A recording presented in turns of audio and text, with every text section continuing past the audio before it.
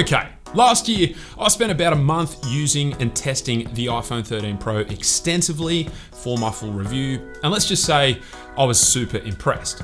As an Android enthusiast through and through, it was actually the first time ever that I found it hard to stop using an iPhone, and that is saying a lot. But ultimately, I did stop using it and I went back to using and reviewing Android phones, and to be completely honest, I haven't really looked back since.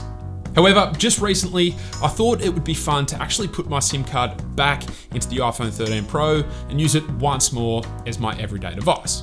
I guess I wanted to see how things have evolved 6 months down the line, but more importantly, I wanted to assess whether or not it's still a solid option for purchasing here in 2022. And so with that being said, here is my updated review of the iPhone 13 Pro 6 months later. Alright, let's start by talking about the things Apple absolutely gets right with this device. The first being the display. After spending a lot of time with both the Pixel 6 and 6 Pro over the past few months, I've got to say I've really appreciated how much brighter this panel is in comparison.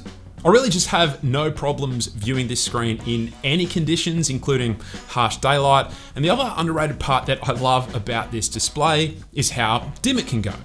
Not by using the brightness slider, mind you, but by activating the accessibility feature Reduce White Point. I've actually got this set up as an accessibility shortcut so that whenever I hit the power button 3 times, it'll activate, and this makes a huge difference whenever I'm using the phone in really low light conditions. Oh, and of course, the fact that this panel is 120Hz is still very much appreciated, although something to keep in mind is that I pretty much notice no discernible difference between 120Hz on the iPhone 13 Pro and 90Hz on the regular Pixel 6. That is something I was a little bit surprised by. Anyhow, the other seriously amazing feature of this device is battery life. As I said in my initial review, I can still literally never kill this phone in a day, even if I wanted to. And so for me, this device and the Pro Max version, they are still the gold standard in regards to battery life. Now, I'm not going to spend too much time talking about design because my thoughts now are very much the same as my first review, which I'll of course link to up in the cards and down in the description below. But as a very brief overview, thanks to the flat edges, as well as that beautiful frosted matte finish on the back, it's actually still one of my favorite feeling phones in the hand. But what I will say is that if you're wanting to keep your own phone in pristine condition after several months or even years of use, then I can highly recommend picking up a screen protector and a case from the sponsor of this video, Rhino Shield. Rhino Shield have just launched their brand new lineup of clear cases for iPhone, and these are unlike other clear cases on the market because you can actually customize them. This means you can swap out the colors of the buttons, similar to their Mod NX and Solid Suit lineups. And for the clear cases, you can even customize the color of the camera ring for a really unique look. They also have these great removable lanyards that can take your style to the next level or even prevent accidental drops. Rhino Shield has also somehow solved the problem of that yellowing that often plagues other clear cases, and to keep you reassured, these also come with that same super impressive lifetime warranty, just like all of Rhino Shield's other cases. Plus, there's also free worldwide shipping for qualified orders, just to put the cherry on top. The rest of Rhino Shield's cases provide the same top-notch protection and are highly customizable as well. And if you use the code SAMCLEAR at checkout, you can actually have 20% off their cases in the first week of this video going live, or 10% after that. Now, the other aspect of the iPhone 13 Pro that I really raved about in my first review were the cameras, with my main takeaway being that they were just super reliable. And my opinion on that matter remains largely the same. I think Apple have pretty much nailed the configuration with a fantastic main lens, a really wide and consistent ultra-wide lens, and a sharp 3x telephoto lens. And all 3 lenses feel very much the same regardless of which one you're using. And I think that's what makes this camera configuration so impressive and reliable. You don't have to sacrifice on image quality when switching between each of the lenses, and that's often not the case with most Android phones.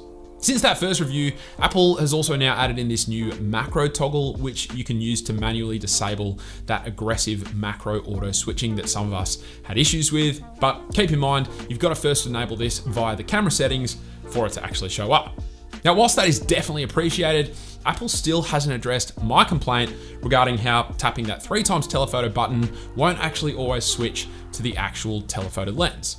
Unfortunately, it'll still sometimes, in fact, scratch that, it'll often just digitally zoom in using the main lens instead. And for me, I'd really appreciate being able to disable this functionality because I often much prefer the results from the dedicated telephoto lens.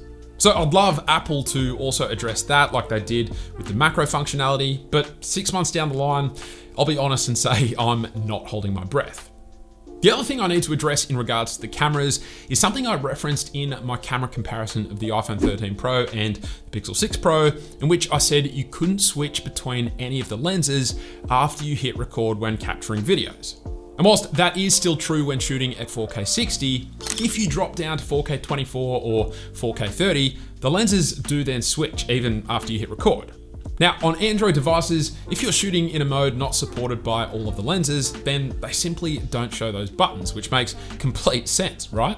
But the other thing is, you can shoot at 4K 60 using every single lens with the iPhone 13 Pro, including the selfie camera. So there's obviously some sort of software limitation here that prevents Apple from activating this feature when shooting 4K 60. But then in my mind, they should just hide those other lens toggles, which I think would make a lot more sense. That said, this is a very small quibble. In fact, it's not really a quibble, but it is something I needed to address given I spoke about it at length in that camera comparison video. As for features like cinematic mode or photographic styles, I'll be honest, I haven't really used them all too much since putting my SIM back into this phone. However, I have noticed a lot of other content creators using cinematic mode to create short form content online, like for Instagram Reels or TikTok, for example. So in my mind, I still consider it a fantastic feature. The last thing I'll say about the cameras is in regards to video capturing. And whilst I still think that the latest iPhones are the best performers all around, I do think that the competition is catching up with the recently released Galaxy S22 devices doing some really impressive stuff. And even the Pixel 6 Pro, I think is able to trade bars at times with the iPhone 13 Pro as well, depending on the scenario. All that being said though, without question, the cameras on this device are still by far the most reliable and consistent cameras on any phone right now. Right, the last thing to talk about is the software. And look, by and large, things are pretty much the same compared to when I first reviewed the phone. If you haven't already, it's probably worth watching my first review so you can get a better insight onto my thoughts regarding iOS on the iPhone 13 Pro. But once again, I have actually found myself largely enjoying the experience of using iOS. Yes, it's still a bit of a hassle to customize the home screen, which is something I love doing on any device I own. However, it is still possible. And in fact, I've even now hacked the shortcut automations to switch my wallpaper, icons, and theme whenever I press just this one shortcut on my home screen. I'm planning on making an in-depth video explaining how to achieve this, as well as a new step-by-step tutorial video showcasing how to recreate this particular setup. So if you're not already, make sure you subscribe so you don't miss out when those go live. Oh, and if you've been liking the wallpapers you've been seeing throughout this video, they're actually from my brand new wallpaper pack called Brush. And what's really cool is that I've got versions of each wallpaper that will completely hide your dock depending on whether you've got the light or dark mode activated. Link below if you want to pick them up. But again, even after all this time, I still really like the things I like about iOS, like the fluidity and the reliability, and I still find myself somewhat frustrated at the not quite there features like the app library or the notification system. But overall, it's still a really great software experience, even dare I say, if you're into customization like me. So with that being said, do I still think this phone is a worthy purchase 6 months down the line? I mean, yes I do. I am definitely wary that we're now halfway between the release of this lineup and the next iPhone 14 lineup. So if you can hold on a little longer, I reckon it's definitely worth waiting. But if you can't, this is still a fantastic phone that you will no doubt love using.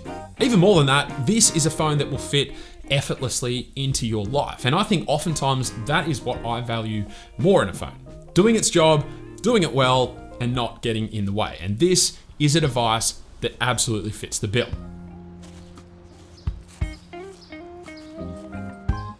A big thank you to Rhino Shield for supporting the channel. Don't forget to use the code SAMCLEAR at checkout to get 20% off your order for the next week, or 10% after that. But aside from that, hopefully you enjoyed the video. Thank you all very much for watching, and I will catch you later.